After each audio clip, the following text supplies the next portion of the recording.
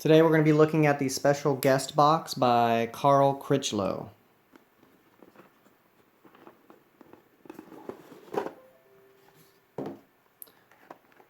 The first thing I want to look at is the Necromancer that we get in this box. He looks pretty cool. He's pointing at you. Maybe he's getting ready to cast a spell, or maybe he's saying like, "You there, prepare to die." He's got a little drake on the end of his staff, which is pretty cool, and he's got a bone necklace and some other little trinkets. I think he's a pretty good looking Necromancer. Let's go ahead and look at his cards though. You get 5 of them, and the card is "To me, Kopal." Normal Necromancer rules. Spawns a standard abomination. If none are available, extra activation for all standard abominations. This is pretty cool because in the base game you can spawn, there's 2 cards that spawn abominations at the blue level. But with this guy, at the blue level, there are 5 more cards in your deck that could spawn a standard abomination. That could make the game pretty scary. Also, it's going to be difficult to kill him if he's got an abomination in tow. So, pretty cool Necromancer. Next person we're going to look at is my favorite guy in the box, which is Thrud, the Barbarian. If you notice, Thrud the Barbarian is pretty big. He is much larger than a standard-based miniature. So because of that, him and another guy is pretty big. We get 2 blue large bases to accommodate this huge guy. Let's get those bases out of the way, and let's look at Thrud. So, looking at Thrud, he's huge, he's muscle-bound, he's got just rippling muscles everywhere, and this tiny little head, but this huge axe.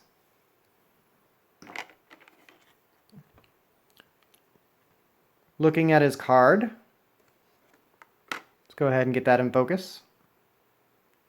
Looking at his card, this slot may hold an axe. That's pretty cool. I love axes. Axes can open doors.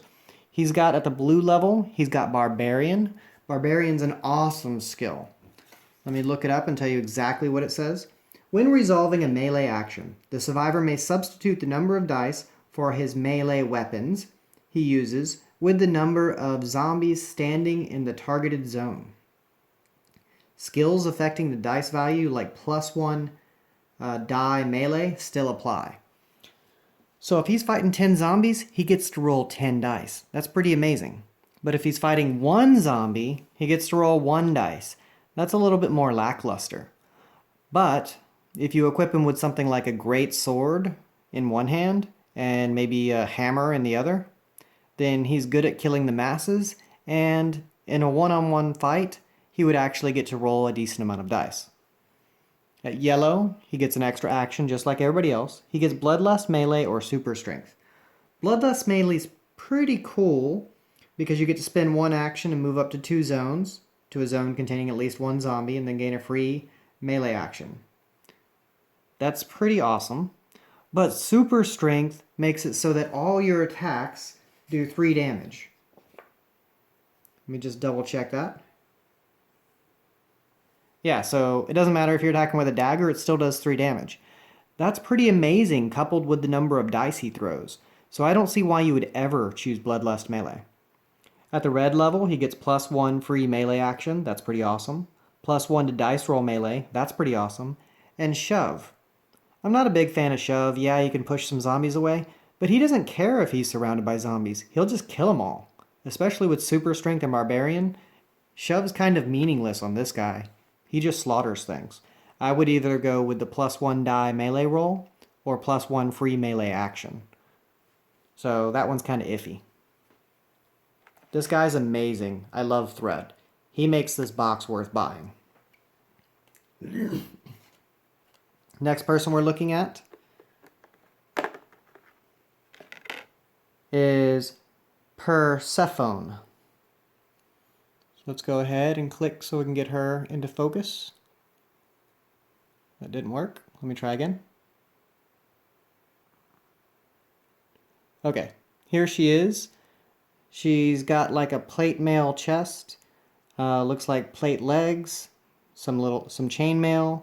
She's got this huge sword and a little dagger behind her.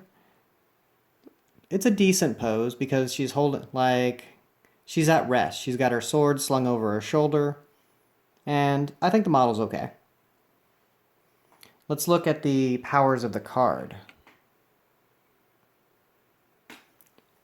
This slot may hold a bastard sword. Alright, we get +1 die melee roll. That's pretty awesome. She's kind of like Clovis already.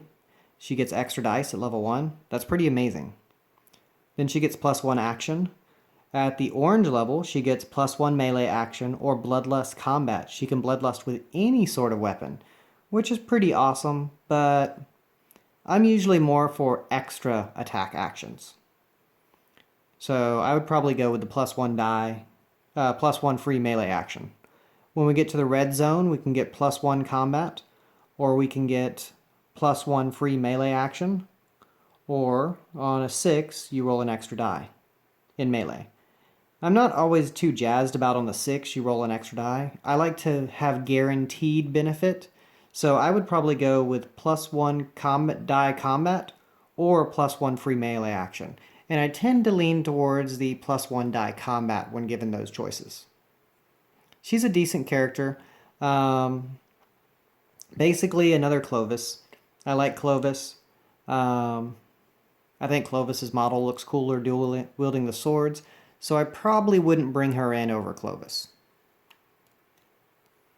Alright, the last character we have.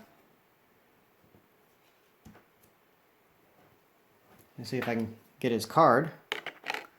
Is Black Currant. Let's look at him. He's another very large model with a tiny head.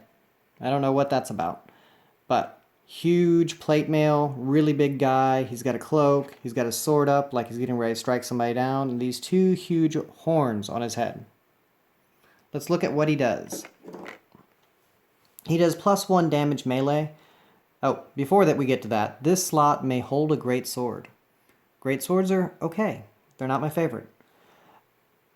Blue, +1 damage melee.